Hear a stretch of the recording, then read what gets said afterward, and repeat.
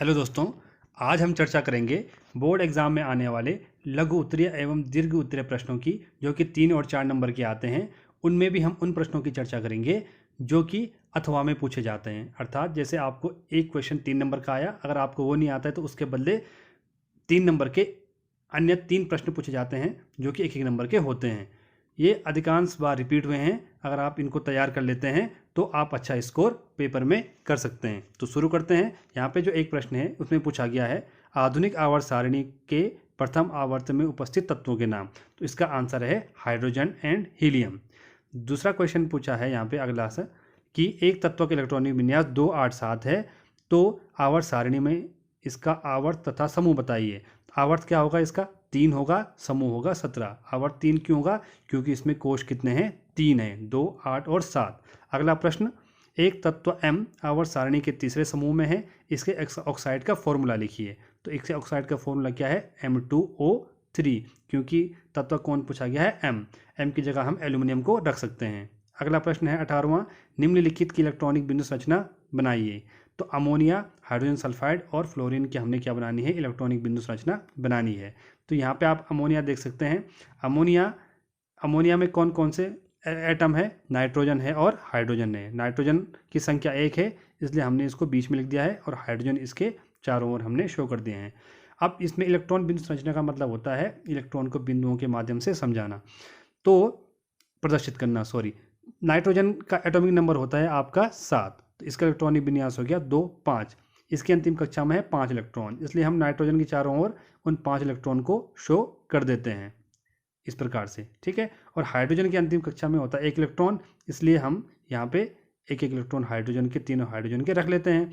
अब हाइड्रोजन को न्यूट्रल होने के लिए एक और इलेक्ट्रॉन की आवश्यकता होती है। एक उसका अपना है और एक वो नाइट्रोजन से लेता है, क्योंकि उसकी अंतिम कक्षा में मात्र 2 ही इलेक्ट्रॉन आ सकते हैं, इसलिए वो 1 इलेक्ट्रॉन लेके संतुष्ट हो जाता है। और नाइट्रोजन क्या होता है? नाइट्रोजन के 5 इलेक्ट्रॉन अपने होते हैं, और वो 1-1 इलेक्ट्रॉन इन तीनों हाइड्रोजन का लेके अपना अष्टक पूरा कर देता है। इस प्रकार से अमोनिया की इलेक्ट्रॉनिक बिंदु संरचना बन जाती है। दूसरा है हाइड्रोजन सल्फाइड। तो हाइड्रोजन के अंतिम कक्षा में 1 इलेक्ट्रॉन होता है, आपको पता है, तो हमने एक यहाँ पे इसका रख दिया हाइड्रोजन का, एक इस हाइड्रोजन का इलेक्ट्रॉन यहाँ पे रख दिया, ठीक है। और सल्फर का एटॉमिक नंबर होता है 16, इसका इलेक्ट्रॉनिक विन्यास है 2, 8, 6। तो अंतिम कक्षा में 6 इलेक्ट्रॉन, तो 6 इलेक्ट्रॉन को हम क्या करते हैं? इसके चारों ओर शो कर लेते हैं। 1-1 इलेक्ट्रॉन हम हाइड्रोजन के इलेक्ट्रॉन के सामने रख लेते हैं, बाकी 2 ऊपर और 2 नीचे। हाइड्रोजन ने अपना जो है 1 इलेक्ट्रॉन लेके न्यूट्रल हो गया, ये वाला हाइड्रोजन 1 इलेक्ट्रॉन लेके न्यूट्रल हो गया।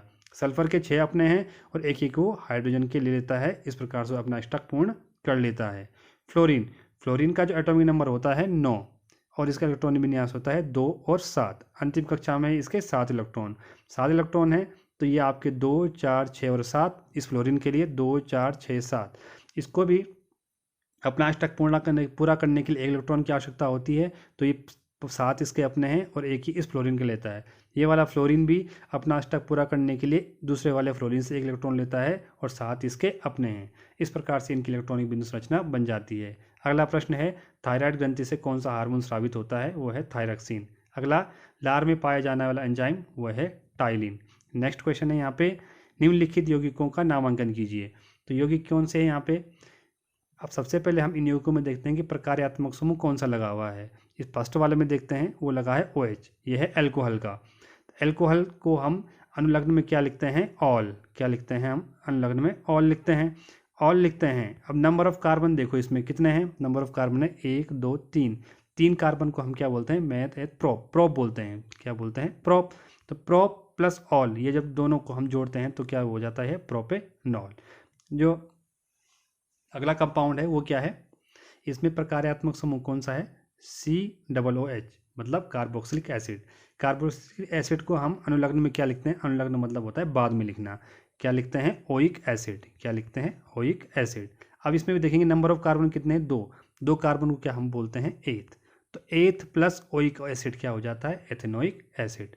अगला क्वेश्चन है, उस ऊतक का नाम लिखिए जो पौधों में भोज्य पदार्थों का वितरण करता है। फ्लोएम। और जो खनिज पदार्थों या जल का वितरण करता है वो है जाइलम। इसको आप कैसे याद कर सकते हैं? जा से जाइलम और जा से जल, फा से फ्लोएम और फा से फूड। इस प्रकार से हम इसको याद कर सकते हैं। नेक्स्ट, मानव नेत्र की सामान्य दृष्टि के लिए दूर बिंदु तथा निकट बिंदु नेत्र से कितनी दूरी पर होते हैं? तो सामान्य दृष्टि के लिए दूर बिंदु होता है अनंत, निकट बिंदु होता है 25 सेंटीमीटर।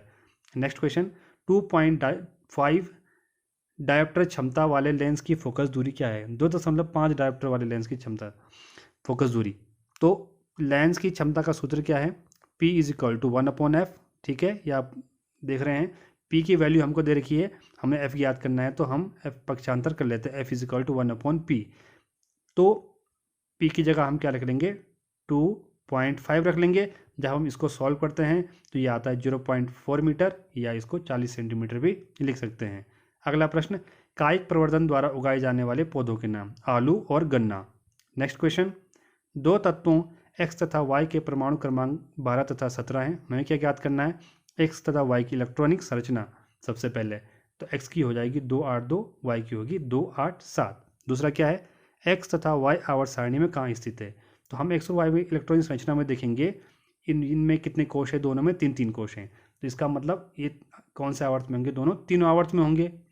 अब समूह कौन सा होगा? x का होगा दूसरा और y का होगा 17। नेक्स्ट, इन तत्वों में कौन धातु है तथा कौन अधातु है? तो इसका पता हम कैसे लगाएंगे? x है धातु। क्यों?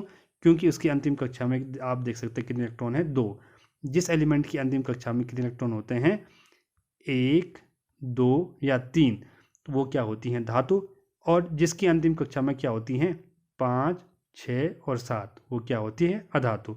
तो यहाँ पे x के अंतिम में है 2, इसका मतलब धातु, y के अंतिम में है 7, इसका मतलब क्या है? अधातु। नेक्स्ट क्वेश्चन, कार्बन के 2 अपरूप लिखिए, हीरा एंड ग्रेफाइट। नेक्स्ट, सोडियम धातु को मिट्टी के तेल में डुबोकर क्यों रखा जाता है? क्योंकि वायु या नमी के संपर्क में आने पर सोडियम आप पकड़ने लगता है। अगला प्रश्न है, कार्बन यौगिकों की नाम पद्धति के आधार पर निम्न यौगिकों का नामकरण कीजिए। वही IUPAC नोमेनक्लेचर, तो हम भी यहाँ पे वही करेंगे। सबसे पहले एक प्रकार्यात्मक सूत्र देखेंगे, कौन सा है? COOH। ये किसका है? कार्बोक्सिलिक एसिड का है, ठीक है। और नंबर ऑफ कार्बन कितने हैं? 1, 2, 3, 4। तो 4 कार्बन को हम क्या बोलते हैं? ब्यूट। क्या बोलते हैं? ब्यूट। और प्लस कार्बोक्सिलिक एसिड को हम अनुलग्न में क्या लिखते हैं? ओइक अम्ल। क्या लिखते हैं? ओइक अम्ल। तो ये क्या हो जाता है आपका? ब्यूटेनोइक अम्ल। दूसरा यहाँ पे जो है ये है आपका प्रोपाइन। कैसे आया प्रोपाइन?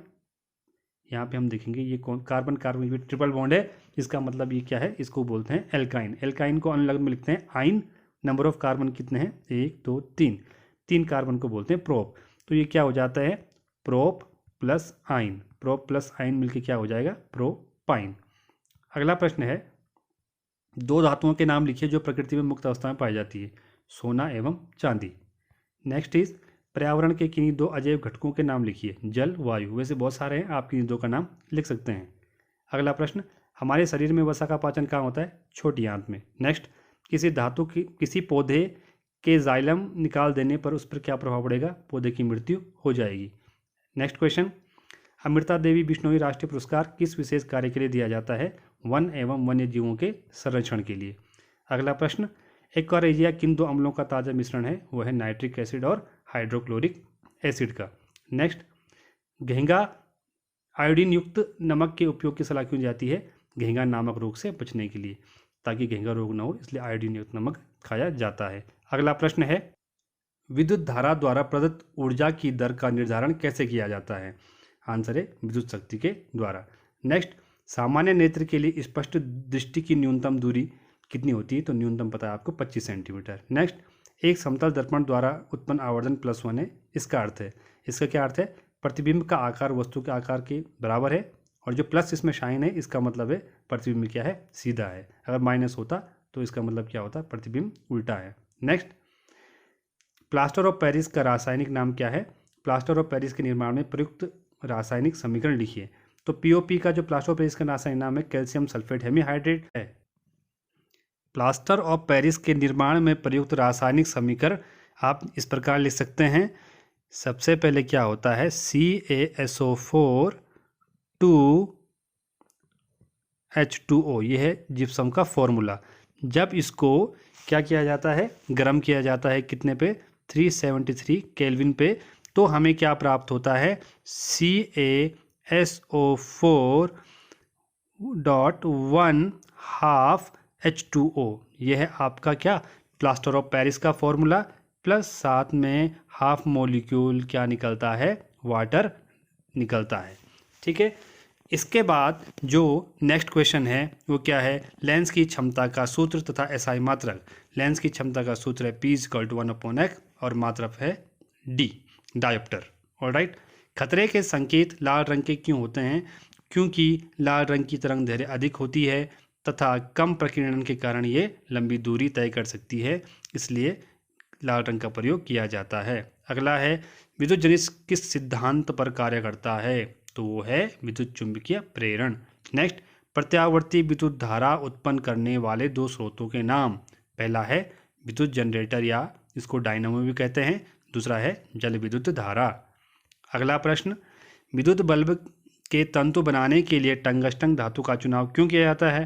कारण है इसका क्योंकि उच्च गलनांक होता है इसका, दूसरा उच्च प्रतिरोधकता के कारण उच्च विद्युत ऊष्माएं उत्पन्न करता है, इसकी रेसिस्टेंस हाई होती है जिसके कारण ये इलेक्ट्रिक हीट जनरेट करता है और प्रकाश भी उत्पन्न करता है। नेक्स्ट, उस पदार्थ का नाम बताइए जो क्लोरीन से क्रिया करके व्यंजक चूर्ण बनाता है, तो वह है कैल्शियम हाइड्रोक्साइड। फॉर्मूला है CaOH का होल ट्वाइस। नेक्स्ट इज दो उत्कृष्ट गैसों के नाम, हीलियम, नियॉन। बहुत सारी गैसें हैं, आपने किसी दो का नाम लिखना है। दूसरा, मेंडलीफ ने अपनी आवर्त सारणी तैयार करने में कौन सा मापदंड अपनाया, तो वो था आपका तत्वों का बढ़ता हुआ परमाणु भार।